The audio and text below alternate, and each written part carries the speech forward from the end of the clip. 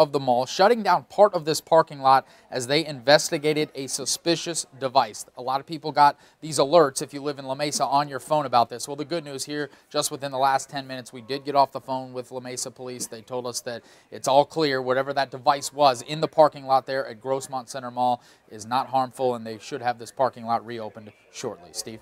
Brian, thank you. We have a health alert tonight involving the military. People at Naval Base Point Loma may have been exposed to tuberculosis over the last 6 months. The periods of exposure were from October 1st to January 31st at the Old Town Complex, that's building OT3, and from February 1st to April 7th in the topside building 40. County Health is working to notify anyone who might have been exposed. The Navy will provide free TB testing next week. New at 5, first they fought against mini dorms. Now some people in the college area are fighting against what they're calling a mega dorm. They told 10 News anchor Robert Santos the new student housing isn't worth destroying a sensitive canyon in their neighborhood. The canyon is a valuable resource. And one Robert Pleiss says the city of San Diego has been protecting for years. It contains, according to the city of San Diego, as many as 85 different species. Which is why he and many of his neighbors on Hewlett Drive are fighting to save the canyon that runs along their street. We're perfectly willing to shoulder our share of the impacts. They don't want San Diego State University to build what residents are calling a mega dorm. Phase 1 will be built in the parking lot near the Chapultepec Tower. San Diego State says it'll house second-year non-local students who will be required to live on campus. The goal is to start construction in fall of this year and have the tower completed in time for fall of next year. Residents are not against that tower. They're against the other 2 phases, which will be built right in the canyon below. One spoke of that cantilever will come right up almost to the back door of this house. This house belongs to his neighbor Rod, whose family has been here decades, long before the university. From the front of their home, this is what it looks like with the existing tower behind it. This will be their view if Phase 2 and 3 get built. It'd be a shame to lose this. I'm not against development, but I don't think this is the spot for it. And neither does Pleiss. He taught at San Diego State for 14 years, and he's all in favor of more dormitories. He and his neighbors wonder why not demolish and rebuild these nearby old apartments along 55th. SDSU says it'll lose more than 700 beds if it does. It's a false trade-off to say that SDSU can either have their dorms or we can have the canyon. We can have both. In the college area, Robert Santos, 10 News. Residents plan to attend a meeting tonight on campus where the university will present its environmental impact report. The university says there's no timeline yet on Phase 2 and 3. If you want to comment on the plans, we put a link on 10news.com. Just click on the red TV button. It was an eye-opening rendering. All right, San Diego-based Bumblebee Foods will pay $25 million for price fixing. The Justice Department announced today that Bumblebee will plead guilty to 1 count of price fixing. 2 company executives will cooperate with the federal investigation. Bumblebee admits to conspiring with its competitors to manipulate prices in the packaged seafood industry. Happening now, the new statue honoring Padre legend Tony Gwynn has arrived in Poway. A caravan of cars escorted the statue along city streets this morning. Here's what it looked like. It's more than 11 feet tall and shows Gwynn waving to a crowd while holding his daughter, Anisha. The statue will be the centerpiece of a memorial plaza at Lake Poway ball field that includes a donor wall. The dedication ceremony is tomorrow. Look forward to that. Some San Diego pet owners, none too happy with the city. And us dog people here are treated like dog poop. There were more than 50 problems they've literally flagged at a local dog park. Plus, a historic first in the South Bay, the actions taken by the school district that made all the kids healthier. And a horrifying act of revenge, the substance in a cup that a woman threw in a clerk's face. And it's beautiful right now after a rainy weekend, but the chance for rain is not over. 10 News is back in 90 seconds.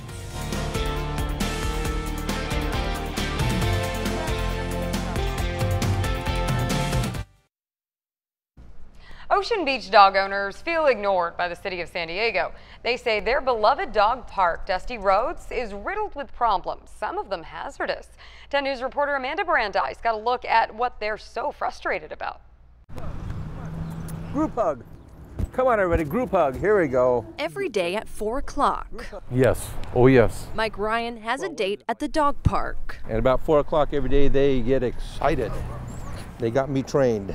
It's a community deeply loved by both dogs and their humans. And you have two dogs? Yeah, I've got Ruby D and Lola. So the humans are vocal about its problems. For one, they say it doesn't get watered enough. There's grass now because of the wet winter, but owners say it won't last for long. We're the ones who really come here the most often, and we're playing in the dirt. So it's just kind of sad. And if you hang around long enough, you'll see the dogs are sharing the park. Here, gopher. Just can't have them here. They leave too many big holes. We've heard of injuries to dogs, broken legs. My fear is that I'm going to trip on one of these holes. Neighbors brought these flags to the park to try to count how many gopher holes there were. They brought 50 flags and ran out. Oh, those gopher holes are terrible.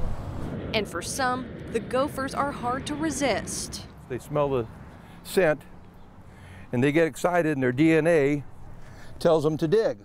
It's a liability. It's a city park. No matter how you spin it, the city's got to take care of it. Owners say the problems have been ongoing for years, and they'll continue to plead with the city until the dogs get their park back. In Ocean Beach, And this is a fresh one. Amanda Brandeis, 10 News. Fresh one. Well, the city tells us they're up against a lot of challenges trying to keep the dog park green. Daily wear and tear and an irrigation system not designed for the dog park. An official says they're looking into other potential surfacing such as synthetic turf, sand, or decomposed granite. 2 people died in a single-engine plane crash today in Napa County. This happened just after 9 o'clock this morning along the shore of the county's largest lake. Now, we have video that authorities of arriving on scene by boat. Investigators say the plane was an Icon A5. It's an amphibious aircraft that can land on land, of course, or water. Investigators are looking into the cause of the crash. A Superior Court judge today rejected the latest lawsuit trying to stop California's bullet train project. Opponents who filed that lawsuit say they'll likely appeal. The high-speed rail project is estimated at $64 billion. The ruling lets the state spend more than $1 billion in voter-approved money. California has won a series of legal battles regarding the bullet train. The victories are allowing the project to continue, even though long-term funding remains uncertain. A foul act of revenge on a store clerk at a tobacco store. 2 women can be seen on surveillance video walking into what is called the Odd Corner store in Akron, Ohio. You can see one is holding a bottle right there. It has urine inside. The store worker says the woman threw that in her face. Soaked in urine through my hoodie. My hair was soaked. It was in my eye, all over my face. It was disgusting. Yeah, it was. The women were angry because the clerk, earlier in the day, she caught them trying to steal a $10 pipe. Police are now looking into this incident, but because it's only a misdemeanor, they're not working overtime on this one. Weatherate certified San Diego's most accurate forecast. This is 10 News Pinpoint Weather, sponsored by Mozzie Heating Air Solar. Okay, I'm trying not to still be grossed out by that, Yeah, but I can't help it. that's a tough because it's one. gross. Yeah. and How about that for a transition? Yeah. Sorry you got caught, but don't be mean. Yeah, true. Keep your urine to yourself. Yes. That's good advice. Good rule to live by. That's a good one to live by. Wow. From gross stories to gross weather. It was so wet out there this weekend, kind of nasty out there at times. And some of the rain totals pretty impressive. Over in Otay, look at that, almost 2.5 inches of rainfall. Alpine just over 2, just like in Fallbrook, Escondido about 1.25 inches in San Diego, almost an inch of rain, but Palmer Mountain actually setting records. The previous record was 2.5 inches of snow, and they picked up between 6 and 9. We've had 2 different reports, so either way, still breaking the record last set in 1964. As we look into what's happening right now, 65 degrees in San Diego. The weather is much better. I can guarantee it. And as we compare it to 24 hours ago, it is anywhere from 10 to 15 degrees better throughout the county. It is much nicer, of course, today, but sadly, that chance of rain will continue. Our 7-day model here, looking at the best chance to be Tuesday and Wednesday, and it's still trying to bring in a little bit of rain on Friday. I'm going to scratch that off, put an X over it, and I'm going to keep that chance only for Tuesday and Wednesday, and here is why. Our storm system is now spinning over Baja, and there's still some counterclockwise rotation, so we still have a little bit of moisture being introduced into the mountains, and as the temperatures go down and as we go into the overnight hours, there will be a better chance. We're going to keep that chance for the mountains and also into the deserts, but then as we go into tomorrow morning, that chance could extend into the coastal areas, and look at that, even into the morning hours, we may see a little bit of drizzle, so don't don't be alarmed if there's a little bit of wet weather into the morning hours. It's not going to be much. Better chance, like I said, mountains and deserts, as you can see in our 10 News Pinpoint Rain Futurecast, and then an even better chance as that storm starts to move into the Four Corners on Wednesday morning, but by the afternoon, it will get better. The next question here is it going to be wet the entire week? We'll talk about that in a second, but for tomorrow, 67 at the coast. Inland areas will average right around 66 degrees. The overnight lows will stay near 58 and 56, whether you're at the coast or inland. So tonight, the coolest spot, Ramona, 47, around Palomar Mountain, 44 degrees. Into our 10 News Pinpoint 7-day forecast, we'll keep it in the 50s, or 60s rather, as we go into tomorrow. I'm talking just about the nighttime 50s. Wednesday, a little bit of rain in the morning, clouds in place. Thursday, Friday will start to warm up, dry things out with a mix of clouds and sunshine. Most likely it's going to be partly cloudy as we head into Mother's Day weekend, but at least we're going to keep it rain-free for your outdoor plans. Inland, 67 tomorrow, 73 by Thursday, and even better into the weekend with 74 to 75 degrees. The mountains will still be a bit wet tomorrow, but it gets better towards the end of the week. Much nicer on the weekend, especially for all those outdoor Mother's Day activities. Yes. Good stuff. Thanks, Angelica. And now 10 News Time Saver Traffic with Officer Robert Catano. Hi, good afternoon. We do have CHP responding to reports of a 4-vehicle traffic collision southbound 5 at SeaWorld Drive. Looks like the roadway may be clear. They may be on the right shoulder. Use caution if you're traveling through the area. And taking a look at a shot here, we got 15 at Valley Parkway. You can see it's clear in both directions. Remember to hang up before you buckle up. I'm Officer Robert Catano with your 10 News Time Saver Traffic. Well, how'd you like to start your week with an extra $1,000? I think most people would. We're giving away $1,000 every weeknight on 10 News at 11. Just watch and wait for the cue to call. If you don't win tonight, we're giving away another $1,000 tomorrow at 6 a.m. Red is a universal color for bad, and in Chula Vista, this red represents a bunch of kids who were overweight and unhealthy. But coming up on 10 News, I'll show you how they got rid of the red in less than 6 years. And talk about a survivor, unthinkable things done to this local dog, the nickname he's now earned for his brave spirit.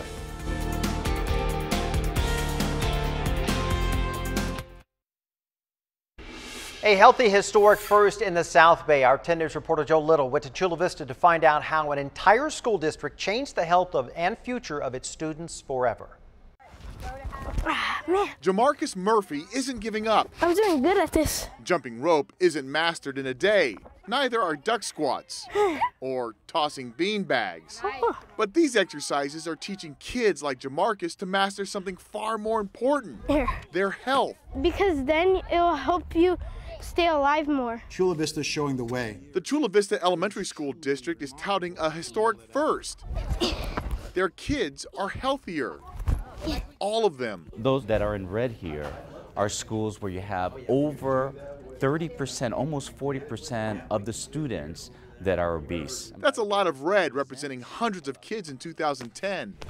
That's when Superintendent Francisco Escobedo partnered his district with San Diego County on Live Well San Diego. Yeah. It's an initiative that teaches eating healthy to students and their families, bans junk food, and encourages physical fitness.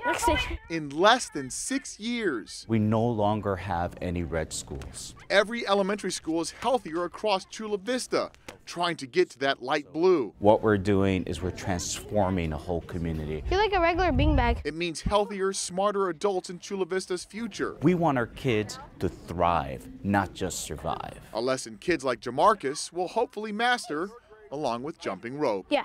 In Chula Vista, Joe Little, 10 News. It's a great program. 10 News has also been the media partner with Live Well San Diego for the past 4 years. Well, this is a tough afternoon for local military families. It's gonna be hard. The deployment just a few hours ago that's extra nerve-wracking for loved ones left behind. Plus, unthinkable things done to this innocent dog, the one thing you can do to help him recover. And the move to make it legal for bicyclists to roll through stop signs in California. When traffic slows down your morning, 10 News This Morning is tracking the changes as they happen. Terrible crash you can see on the right.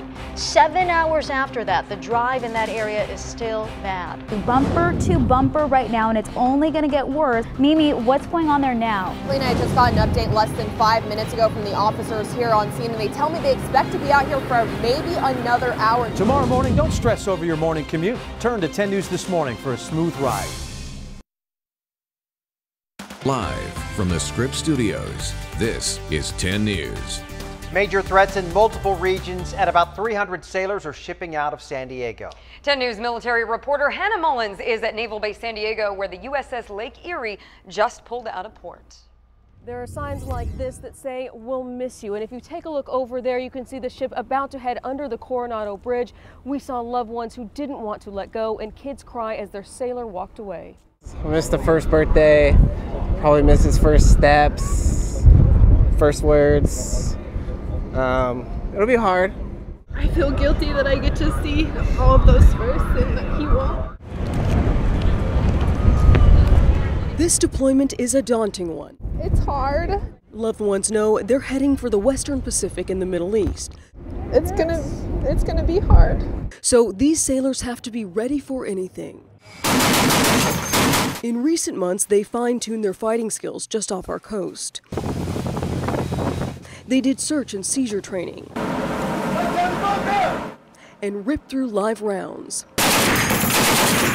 And last month, top brass said they're ready to ship out. Word came as tensions with North Korea hit a boiling point. The San Diego-based USS Carl Vinson extended their deployment to maintain a presence off the Korean peninsula. But they have to come home at some point. And the dangers don't end there. Local ships have also joined in the fight against ISIS. The USS Lake Erie is heading out on an independent deployment, but could meet up with another local carrier shipping out soon. This combat cruiser can take out ships, subs, and aircraft. While they're ready, it doesn't mean their families are. But even greater than their fear is their pride. I admire him so much, and I am so proud to be his wife. At Naval Base San Diego, Hannah Mullins, 10 News. We wish them all well. A badly abused dog needs reconstructive surgery, and the Helen Woodward Animal Center needs your help to help pay for it. The 2-year-old pointer blend has been nicknamed Dwayne the Rock because of his steadfast strength and his kindness. Dwayne was rescued from Tijuana. His extreme mistreatment left him with a deformed mouth, a deformed right front leg and elbow. He also suffered injuries to his skin and his coat. Now, if you would like to contribute to Dwayne's recovery, we have a link on 10news.com. Just click on the red television button. A family in Pala is homeless tonight after a massive fire burned their house to the ground.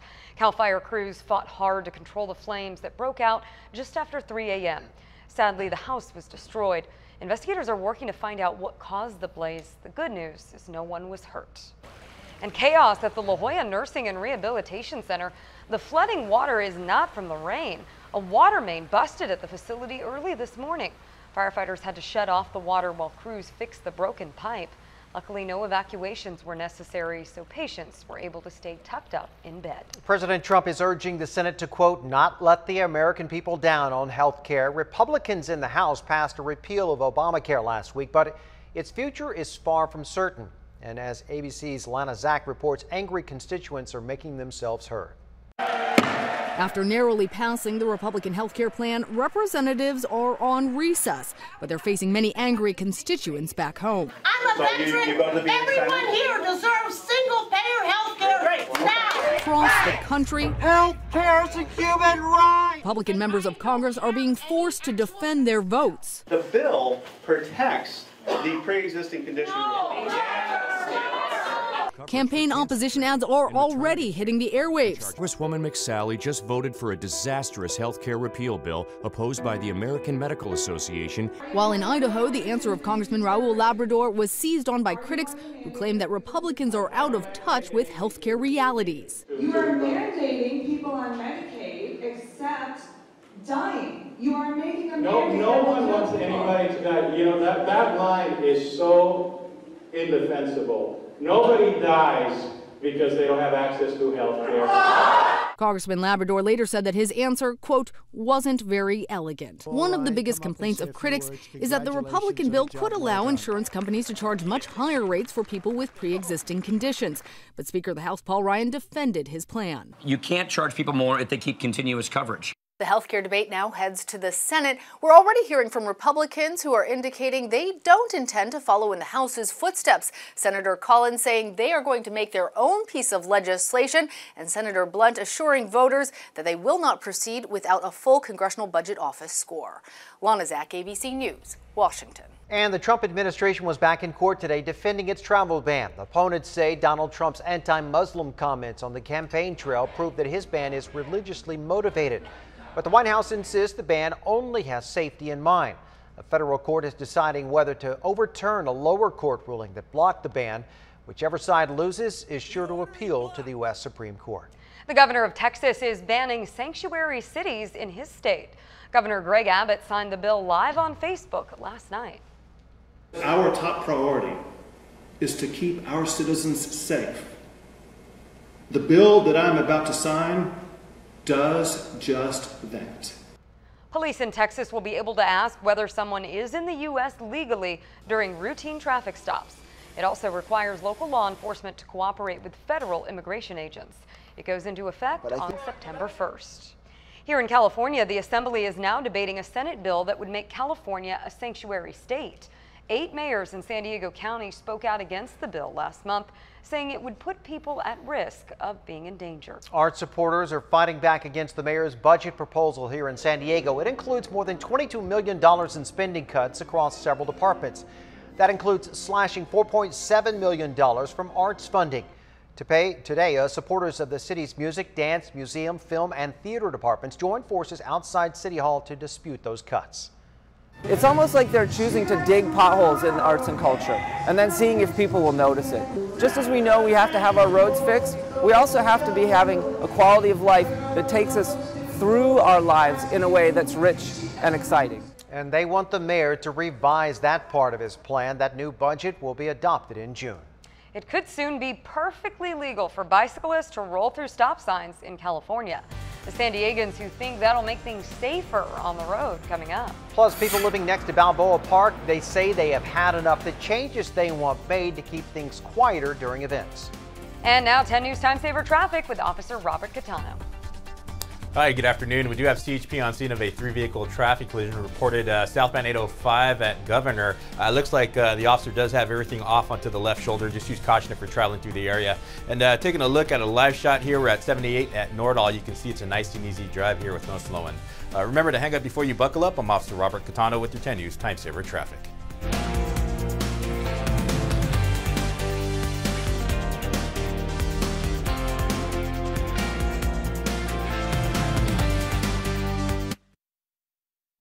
Some people who live near Balboa Park say the noise is getting out of hand. In fact, Leo Wilson lives on 6th Avenue, and on a regular day, he says his decibel meter reads about 40, but it hits triple digits during major events. Well, now he and his neighbors want the city to step in. They want them to move the speakers 50 feet from the sidewalk and turn them east so they're facing away from their homes. It's an option spelled out in the city's recently approved Uptown Community Plan update, but Wilson says he can't get anyone to act on it. We enjoy our special events. We enjoy, the St. Patrick's Day Parade, Pride, but what we're asking is a good neighbor policy. The Metro's San Diego Community Development Corporation is meeting tonight to talk about that noise issue. We reached out to the city for a response, and we're still waiting to hear back. For those of you just checking in, here's a look at tonight's top stories. We now know the young man police shot and killed outside Torrey Pines High School wrote a suicide note and stuffed it in his jacket pocket. Jacob Peterson pointed a BB pistol at officers who both opened fire and he went down. They attempted CPR, but the boy died. Those who knew him say he was very smart, straight-A student, and always willing to help others who needed it. A narrow escape from disaster at a popular Del Mar restaurant. A man lost control of his car in the parking lot of Flower Hill Promenade just before the busy lunch rush.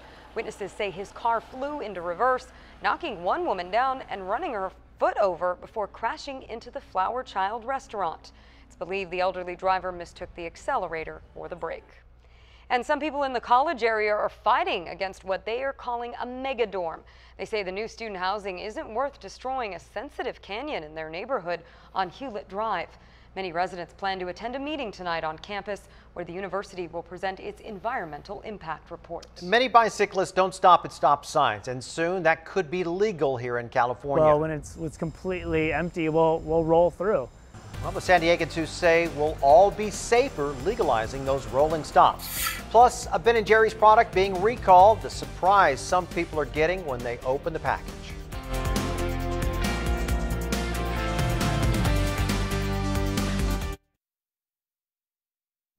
Bike riders may no longer have to stop at stop signs if a new law passes here in California. 10 News reporter Gracia Aguilar talked to a cyclist who says he thinks this could make the streets safer.